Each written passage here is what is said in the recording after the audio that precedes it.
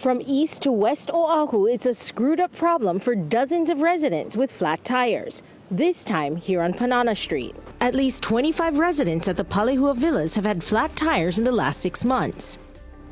Back on Oahu, police have arrested and charged a 53-year-old man suspected of intentionally putting screws on the roadway in Makakilo.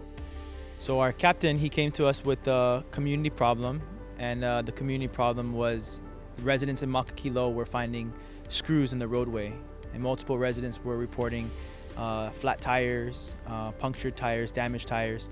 So we took the info that he gave us, and then we started making a few phone calls to the residents in Makakilo.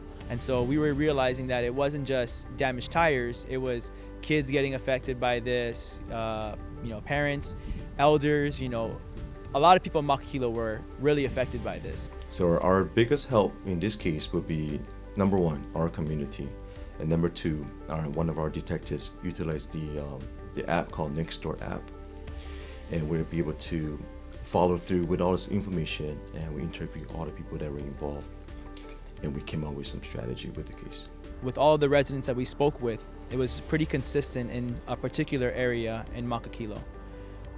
Down Panana Drive, Panana Street, Wello Street, and Kulihi. And one person reported a possible suspect. And so we used that possible suspect's name, and we kind of dug into that possible suspect. And then we were kind of just watching his path to see where he would go, because we knew where he would work. And so he would need to get on the freeway. To get on the freeway, all he had to do was take Makakilo Drive and just ride Makakilo Drive all the way down and get on the freeway.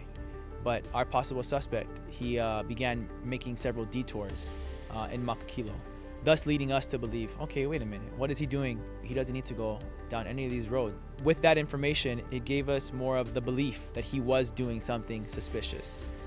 So after going back and talking to the residents, they were kind of telling us, hey, this is where we picked it up this day and this day. And then I started working with detectives on where some of the hot spots were, where I was always picking them up. Then we started to flood those spots.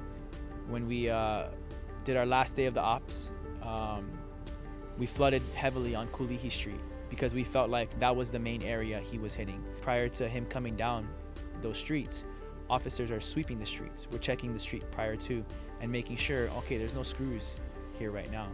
And as he was making the right turn from Willow Street onto Kulihi Street, that's when the other detective observed violation, and we got him. You can hear the sound of tons of small pieces of metal hitting the ground. And it's very distinct because he was the only car in that area. So I ran out and observed screws on the roadway that weren't there previously. So another one of our detectives, they go ahead and conduct the traffic stop. When we looked into this vehicle, we can see the same screws in his vehicle that we found on the street in Kulihi. They were identical, as if he got it from the same box. I think if you check the Nextdoor app, you'll see that there's probably 100 posts about it, and then people are talking about it in the neighborhood. I've talked to multiple people saying, "Hey, did you hear they caught the guy? They hear that they did this," and it's like a big win for the community.